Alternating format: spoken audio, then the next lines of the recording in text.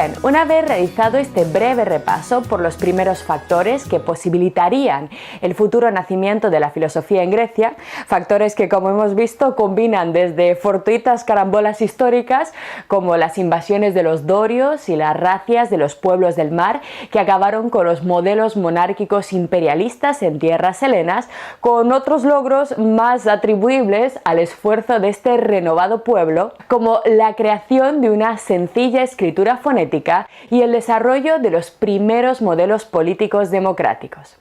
Por tanto, después de esta breve pero necesaria introducción, toca preguntarse por qué fue y es tan especial la filosofía y en qué se diferenció del resto de formas de pensamiento de su época. ¿Por qué esta rompedora forma de acercarse al mundo no tenía absolutamente nada que ver con todo lo hecho, creado e inventado por el ser humano hasta entonces? Y por qué, a partir del día de hoy, os lo aseguro, ya no llamaremos filosofía a nada que no sea esa cosa que inventaron los griegos en el siglo VI antes de nuestra era. Bien, el pequeño conjunto textual de fragmentos que ha llegado hasta nuestros días nos permite demarcar un conjunto de rasgos diferenciadores básicos para aquello que solo con el tiempo, lo veremos cuando lleguemos a Pitágoras, recibió el nombre de filosofía y cuya primera rama en desarrollarse fue el estudio de la naturaleza. La primera y una de las más importantes pistas que distinguen la filosofía y el modo de pensar de los presocráticos es, atentos, el intento constante, denodado y estricto de explicar la naturaleza por medio de la razón y solo de la razón, rechazando, atentos aquí, en la construcción de sus teorías, las explicaciones de carácter mítico y religioso. Si bien no hubo en sus teorías un abandono absoluto y radical de recurso a explicaciones de carácter mitológico, como vamos a ver, muy de vez en cuando veremos alguna referencia puntual a los dioses o a alguna fuerza sobrenatural, lo que sí es posible afirmar sin demora a dudas es que el planteamiento ofrecido por los presocráticos mostró una novedad sustancial, absolutamente radical, respecto al pensamiento anterior, que consistió en lo siguiente. En las teorías acerca del origen y la organización del cosmos ofrecidas por los primeros protagonistas de la historia, no hallamos ninguna referencia a la cosmogonía mitológica tradicional. Es decir, en la nueva forma de explicar y comprender racionalmente la naturaleza, los presocráticos evitarán siempre, casi siempre, siempre que puedan, introducir o mencionar a los dioses tradicionales y a la religión de su propia época. No encontraremos en las teorías de los presocráticos apoyos mitológicos tradicionales, sino pura investigación crítica, y esto es, señores, una auténtica revolución para su momento. Frente al resto de pueblos que comprendían la realidad a través de sus mitos fundacionales, de las leyendas y de los relatos que constituían sus propias religiones, los primeros filósofos dieron la espalda a todo su legado cultural y eligieron una única fuente para el conocimiento de la verdad: la razón humana, la razón desnuda del ser humano. La frágil, mortal y falible razón humana es la que debe comprender el cosmos y no limitarse simplemente a aceptar lo dicho por los dioses o la tradición. Esto, como podéis imaginar, no solo fue una verdadera revolución epistemológica, sino también un verdadero escándalo, ya que los griegos eran un pueblo cuya identidad se basaba precisamente en su mitología y en los ritos compartidos, en el reconocimiento de alguna forma colectivo de lo sagrado. ¿A qué me refiero con esto? Ser griego en el siglo VI antes de nuestra era consistía fundamentalmente en dos cosas: hablar griego, esta nueva lengua que habían puesto por escrito, y adorar a los dioses olímpicos.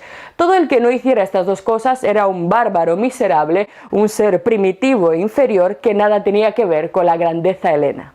Así, lo primero que hicieron los filósofos fue enfrentarse críticamente a su legado religioso-cultural y golpear directamente el seno del frágil y recién recuperado orgullo identitario heleno.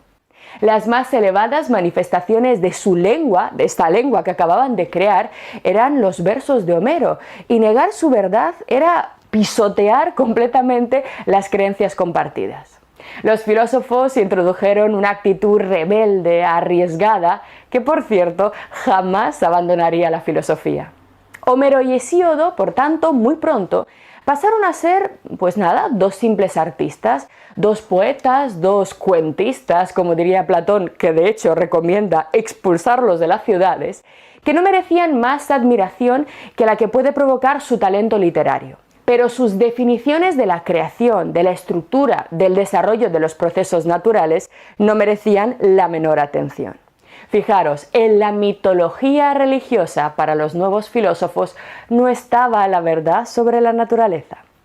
Para nuestros físicos, el rayo no podía ser explicado por la ira de Zeus, sino que la razón y las observaciones humanas debían encontrar una más verdadera y no sobrenatural causa explicatoria de ese fenómeno como era el rayo o el trueno. En segundo lugar, fijaros, los filósofos introdujeron una auténtica innovación respecto a la posibilidad de proponer alternativas, atentos, por parte de cada individuo ajenas a lo sostenido por la herencia cultural colectiva. Y este punto, os lo aseguro, es de verdad algo completamente nuevo.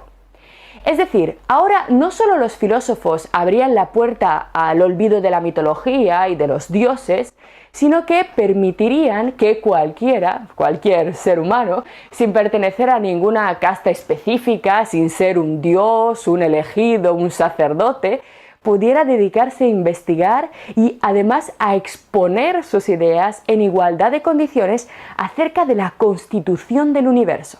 Los filósofos introducen la idea de que cualquiera puede buscar e incluso encontrar la verdad, que cualquiera puede sumarse al banquete del saber que ya no pertenece a los relatos míticos, sino ahora al esfuerzo intelectual personal aquí y ahora.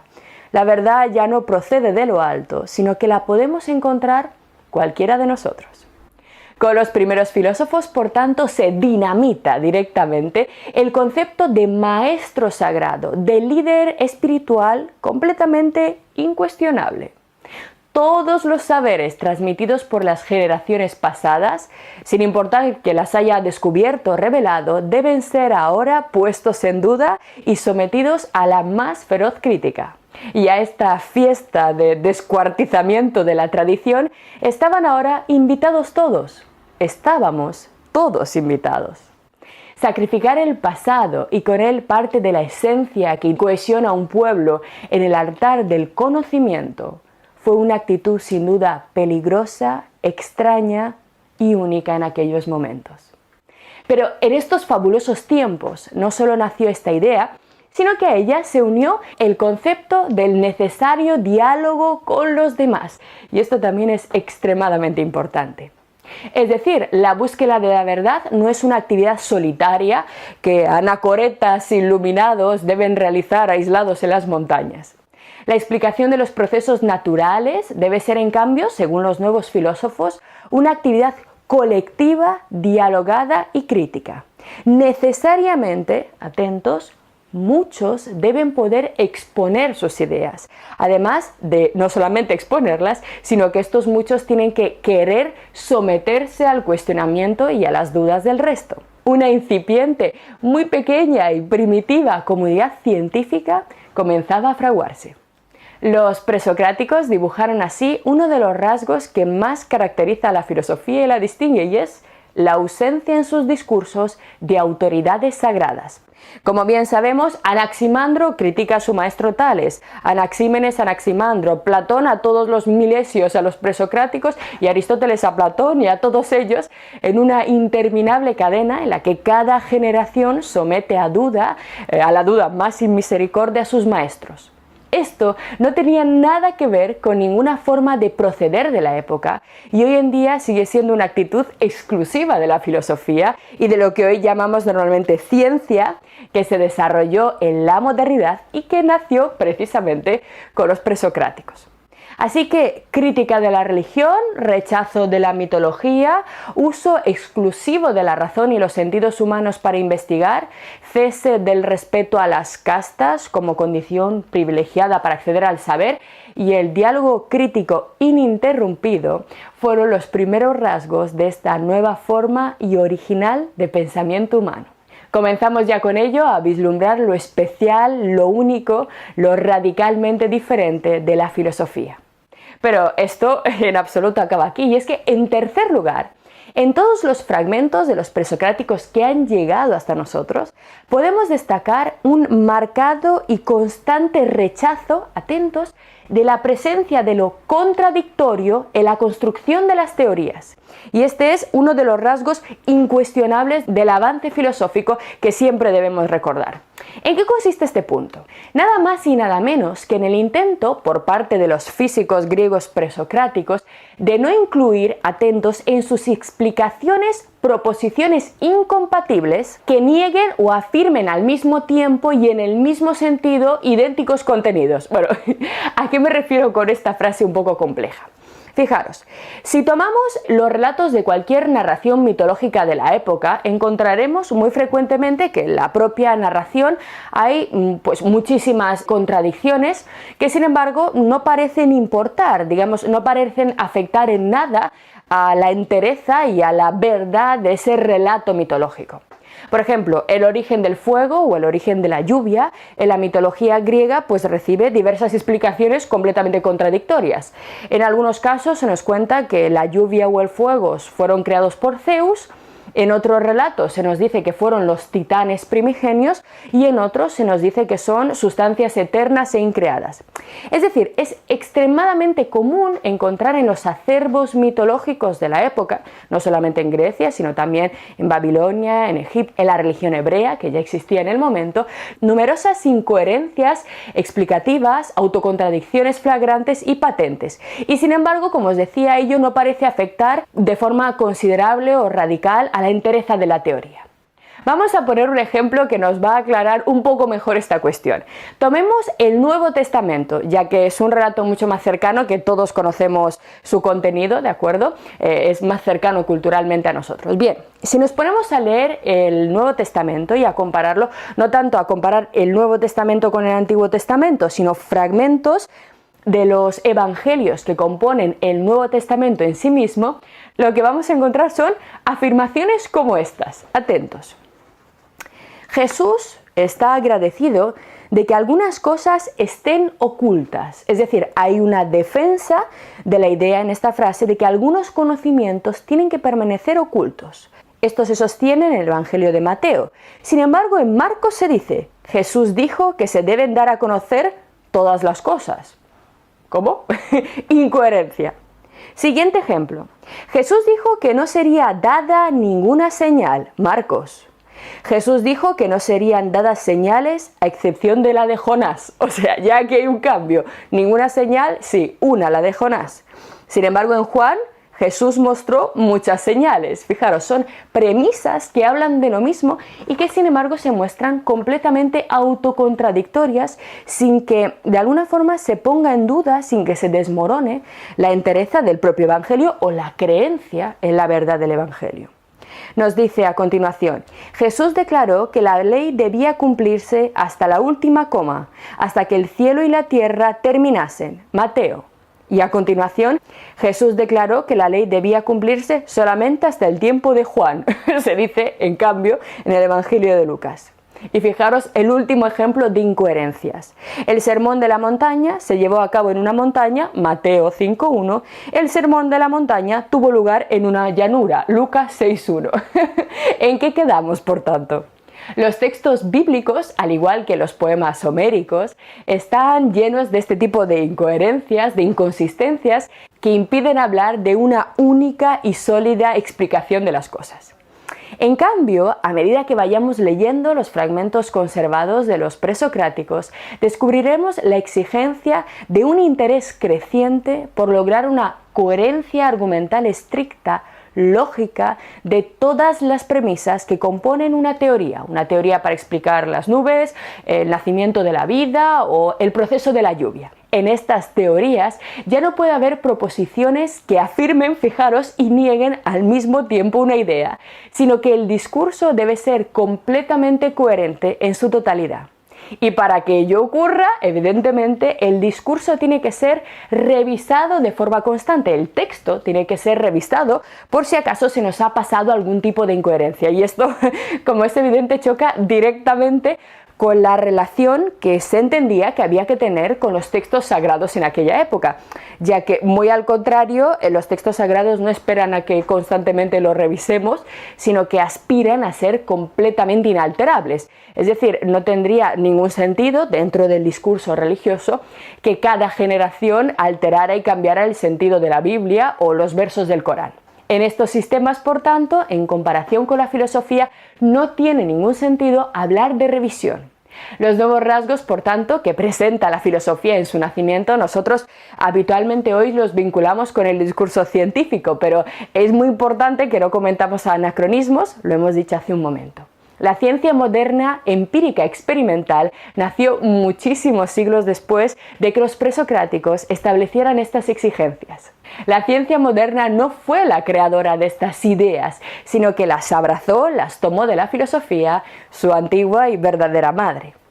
Otro elemento capital del pensamiento presocrático es que, en sus nuevas explicaciones de la naturaleza, los filósofos no solo exigieron evitar la contradicción, sino también, atentos, la ambigüedad y los conceptos difusos o mal definidos. Es decir, en sus textos, en sus teorías, como nosotros vamos a ver, los presocráticos procurarán apelar lo mínimo posible a conceptos que deban ser ideas, términos que deban ser aceptados sin una justa y suficiente explicación y definición de sus contenidos. Es decir, con el nacimiento de la filosofía empieza a tener una inmensa relevancia el uso de los conceptos unívocos en la construcción de teorías explicativas de la realidad. Exigencia que, por cierto, no solo era absurda en el marco poético mitológico, sino que era completamente contraria a su sentido. Los discursos religiosos, como bien sabemos todos, usan siempre la metáfora, la alegoría y todo tipo de conceptos preñados de una multitud de matices para explicar lo oculto, lo inefable, siempre de forma tangencial, salvaguardando el espacio para el misterio, para lo oculto. En cambio, la filosofía precisamente lo que buscará es evitar esta bruma que de alguna forma oculta la claridad. El nuevo discurso creado por los filósofos aspirará ante todo a la claridad intersubjetiva, y este es un concepto capital. Cualquier ser humano, esté donde esté, debe ser capaz de entender qué quiere decir el lenguaje, los términos empleados que se usan en una determinada teoría de forma clara y absolutamente inequívoca. Poco a poco estos términos filosóficos comenzarán a fijarse con mayores exigencias y se van a empezar a estabilizar con un significado limitado y conciso, muy parecido a lo que ocurre en la ciencia, pero un fenómeno que se dio primero en la filosofía. El vocabulario de la filosofía comienza así a fraguarse y con él una forma nueva, precisa, de codificar la información acerca de la realidad. Se tiende con ello, sobre todo, a abandonar la adjetivación abigarrada para centrarse fundamentalmente en discursos descriptivos y explicativos puros. Sin un lenguaje claro y eficaz, es imposible hablar de filosofía. Hoy muchas veces parece que hemos perdido un poco esta exigencia y algunos confunden la verdadera filosofía con todo tipo de, discursos incomprensibles, llenos, de palabras pomposas, grandilocuentes, que en realidad no entendemos. Oímos una conferencia y decimos, pero este hombre, ¿qué ha dicho?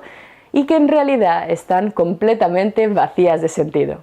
Para pensar, para hacer filosofía, en primer lugar, todos debemos partir de la comprensión de los términos y de las palabras, porque las palabras y el lenguaje son el primer ladrillo de la filosofía. Bien. En cuarto lugar, el cuarto rasgo de la recién nacida filosofía es aquello que podríamos llamar con el título de cuestionamiento aniquilador. ¿A qué me quiero referir con este explosivo nombre? Fijaros, el sometimiento de cada una de las afirmaciones, de cada una de las premisas que constituyen el cuerpo de una teoría, a una criba, a un análisis exhaustivo y a un cuestionamiento, fue otro de los rasgos absolutamente distintivos de la filosofía frente a cualquier otra forma de pensamiento que existiera en su época. La pregunta molesta, la pregunta incómoda, que fragmenta, que disuelve, que aniquila una teoría y que obliga a tener que reconstruir de nuevo esta teoría mediante observaciones mucho más precisas, mediante conceptualizaciones más profundas, fue el nuevo modus operandi de este nuevo modo de conocer el mundo. La tarea del sabio, del nuevo filósofo, ya no consistiría ahora en repetir y respetar, dejando indemnes los contenidos de la tradición, sino más bien en desarmar al rival intelectual y trabajar para proponer una explicación no más verosímil, no más bella poéticamente, sino más verdadera de la realidad. Una actitud que además inevitablemente suponía la destrucción completa, la aniquilación completa de las premisas, de las ideas que sostenían la teoría anterior. Algo parecido, para que lo entendamos, a lo que hizo Darwin.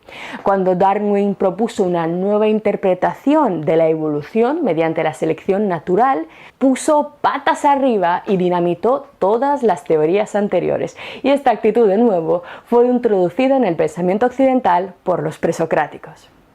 Así, entrar en el juego de la filosofía significaba aceptar con alegría que sus reglas no consisten en tener la razón, sino en realizar y someterse a la posibilidad de que los esfuerzos de años de trabajo, de meses de trabajo, queden completamente aniquilados, destruidos absolutamente por una visión más acertada y más correcta. Hacer filosofía, por tanto, implica, en primer lugar, aceptar y, atentos, desear la mejora constante, la duda constante, aunque ello implique la aniquilación de nuestras propias propuestas. El maestro debe ser criticado y el discípulo esperar lo mismo de sus futuros alumnos.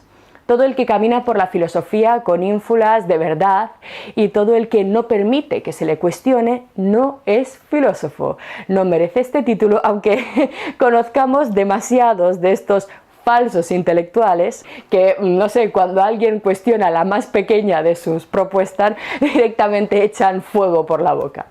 Bien, esto no es filosofía y no tiene nada que ver con la filosofía, ni siquiera en su nacimiento. Todos estos rasgos que acabamos de estudiar nos informan, por tanto, del nacimiento de algo nuevo, de algo único y muy diferente a orillas del Mediterráneo. Entre las aguas turquesas, los olivos y el vino mezclado con miel, los griegos protagonizaron el célebre paso del mito al logos. Pero, ¿qué queremos decir con esta expresión? ¿Qué es esto del paso del mito al logos? Para comprenderla hemos de analizar los dos términos que componen la expresión, la noción de mito y este nuevo y extraño concepto llamado logos.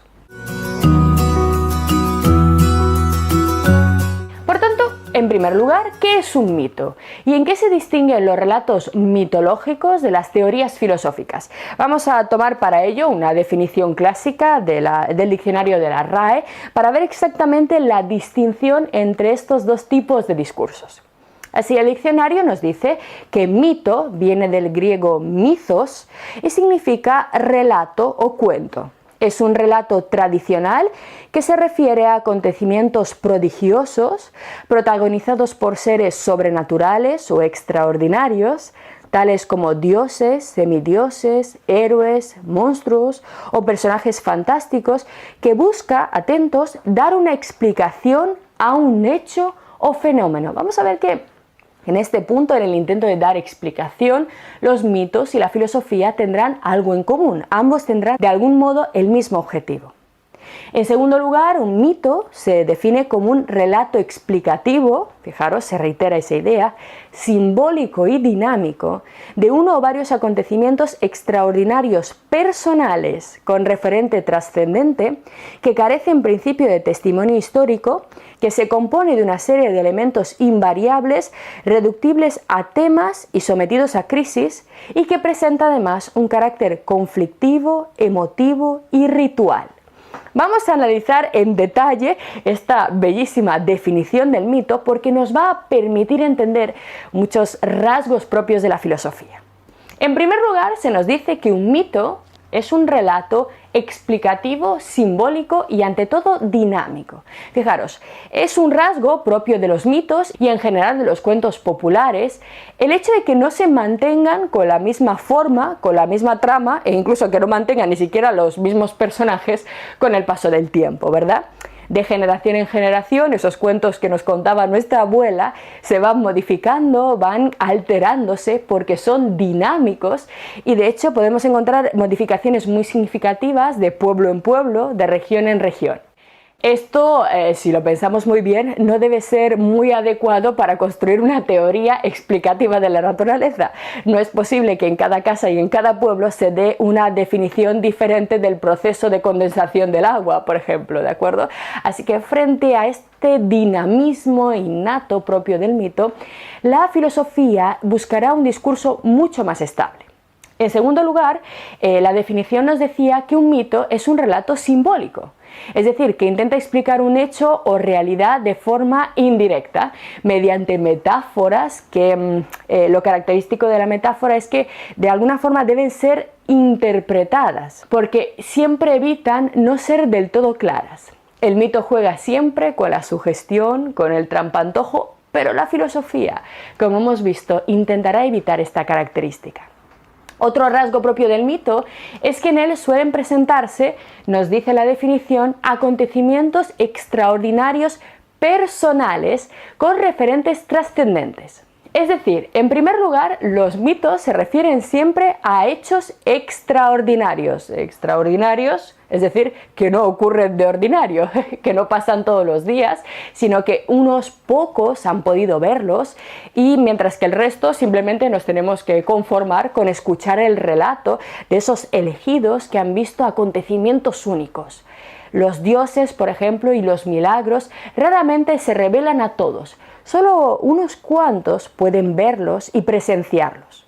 Frente a esta exposición de lo extraordinario, el nuevo objetivo del saber introducido por los presocráticos será precisamente lo contrario. Lo que buscarán los filósofos será lo ordinario, lo que ocurre siempre, lo que ocurre de forma regular, lo que todo ser humano puede ver una y otra vez.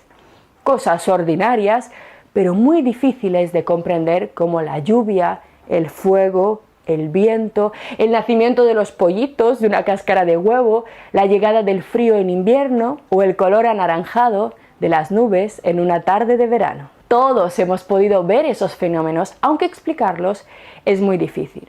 Lo que debe explicar, por tanto, la filosofía es el misterio de lo común, de lo habitual, de lo que nos rodea. ¿Por qué crecen las plantas? ¿Qué es la vida? ¿Por qué tenemos hambre? ¿Por qué tenemos emociones? Nada de adentrarse en lo supremo, olvidándose de lo real y lo cercano. La desacralización que hemos visto en sesiones anteriores se evidencia aquí de forma absolutamente clara. En segundo lugar, hemos dicho que los acontecimientos extraordinarios de los mitos tienen referentes trascendentes. ¿Qué queremos decir con este término de trascendente? Es decir, que los acontecimientos explicados en los mitos normalmente encuentran su apoyo, su explicación en seres, en la intervención de seres que no son de este mundo, que trascienden a la realidad física, tangible y material que puede ser experimentada por el ser humano y que por tanto son absolutamente inalcanzables e incognoscibles. El débil y estúpido ser humano no puede penetrar en los secretos velados del mundo espiritual y por tanto dentro del sistema mítico el ser humano no podría explicar hasta el final el secreto de la naturaleza. En cambio, como veremos, los presocráticos, materialistas convencidos, tendrán como principal bandera la explicación de la naturaleza sin apelar a lo trascendente, bajo la convicción de que el ser humano está más que capacitado para conocer, comprender y explicarse la realidad aquí y ahora. Este es el célebre optimismo epistemológico de la filosofía griega, sin el cual el progreso en el saber habría sido completamente imposible.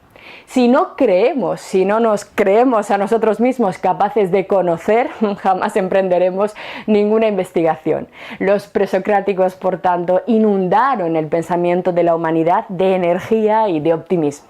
En tercer lugar, los relatos mitológicos no tienen, fijaros, testimonio histórico y ni siquiera buscan tenerlo. Todo ocurre en una especie de tiempo incierto, en una edad de oro, en una era desconocida del pasado lejano, en ese llamado tiempo de las leyendas.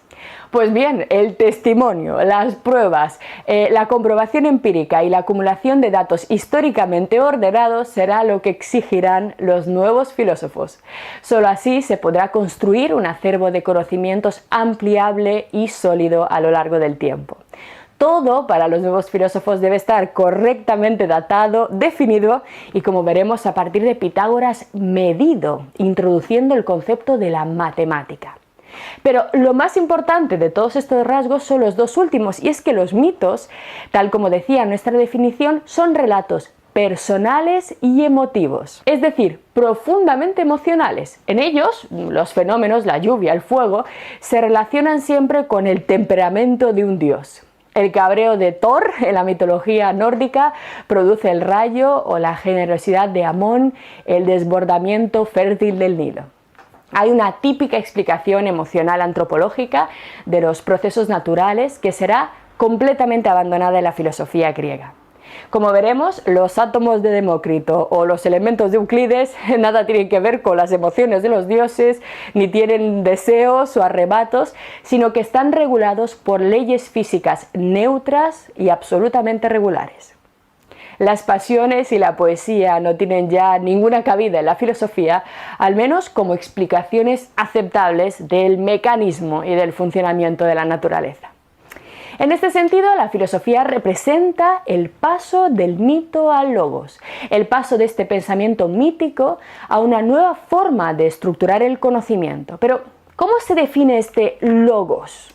Vamos de nuevo a la definición del diccionario, que nos va a ayudar a entender los rasgos definitorios. Nos dice la RAE que logos viene del griego logos y significa palabra en cuanto meditada, atentos, reflexionada o razonada. Es decir, razonamiento, argumentación, habla o discurso. También puede ser entendido como inteligencia, pensamiento o sentido. Por tanto, el logos es el tipo de pensamiento, el tipo de argumento, el modo de construir las teorías no basado en la mitología y en la superstición, sino en la razón autónoma del ser humano. Así, finalmente, la última gran característica que va a diferenciar a la filosofía presocrática del resto de formas de pensamiento de la época es, atentos, la búsqueda de una explicación de todo lo real. Es decir, el planteamiento de esta pregunta: ¿cuál es el origen y la organización de todo lo que sí existe? Sin embargo, si lo pensamos bien, este rasgo no parece único, como los demás, ni exclusivo del pensamiento filosófico.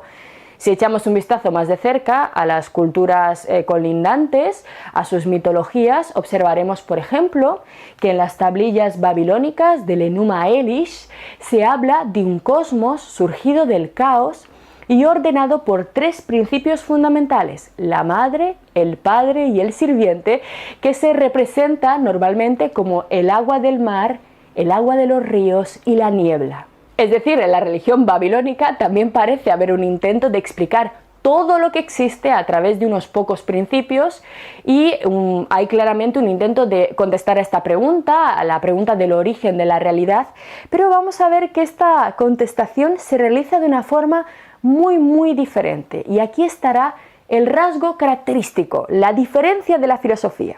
Pero para ver claramente la diferenciación, os invito a que leamos un bellísimo fragmento extraído del Enuma Elish babilónico. Es el poema cosmogónico, el poema de la creación de la religión babilónica, el Génesis de los mesopotámicos, que dice así. Nos dice este fragmento extraído de una antigua tablilla: el Señor pisoteó las piernas de Tiamat. Con su maza implacable machacó su cráneo. Fijaros, es un poema que intenta explicar el origen del mundo, es una creación del universo. Con su maza implacable machacó su cráneo. Cuando las arterias de su sangre hubo cortado, el viento del norte se llevó su sangre a lugares irrevelados. Viendo esto, sus padres quedaron gozosos y jubilosos. Trajeron regalos de homenaje de ellos para él. Entonces el Señor se detuvo en considerar el cadáver. Este señor babilónico es el dios Marduk, que en esta religión es el creador de la realidad.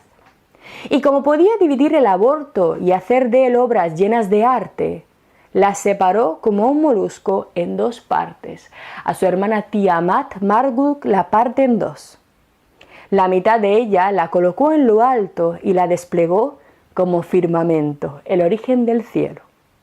La señaló mediante barreras y apostó guardias, el horizonte, el límite entre el cielo y la tierra. Les encomendó que no permitiesen escapar sus aguas, el océano circundante. Recorrió los cielos y supervisó las regiones celestes. Construyó estaciones para los grandes dioses. Las estrellas, semejanzas suyas, sus imágenes astrales, las estableció. Determinó el año, definió sus límites. Para cada uno de sus 12 meses, 3 estrellas se erigió. En su vientre construyó las alturas del cielo. Hizo brillar la luna, a la que encomendó la noche. La designó como emblema de la noche para significar los días, el mes lunar babilónico. Cada mes sin cesar formarás dibujos con una tiara. En el comienzo del mes, al levantarte sobre el país, resplandece con cuernos para significar 6 días. En el 7º día, sé una media tiara. Durante la luna llena, los periodos serán iguales, 2 mitades. Evidentemente lo que vemos aquí es una explicación cosmogónica, poética, llena de personalismo, de dioses, de sentimientos, de mucha emotividad para poder explicar la creación del mundo. La cosmogonía heliopolitana, la religión egipcia, también proponía un cosmos surgido a partir de 2 principios fundamentales: el agua primigenia, ya veréis que es muy importante el agua también para los presocráticos, el agua primigenia que los egipcios identificaban con el caos, y el sol del atardecer.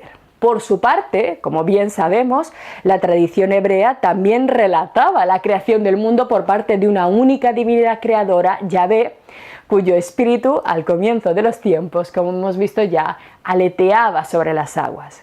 Por tanto, la pregunta por la causa que originó toda la realidad física no fue, vista desde este punto de vista, un rasgo propio o un rasgo que podríamos llamar único de la filosofía.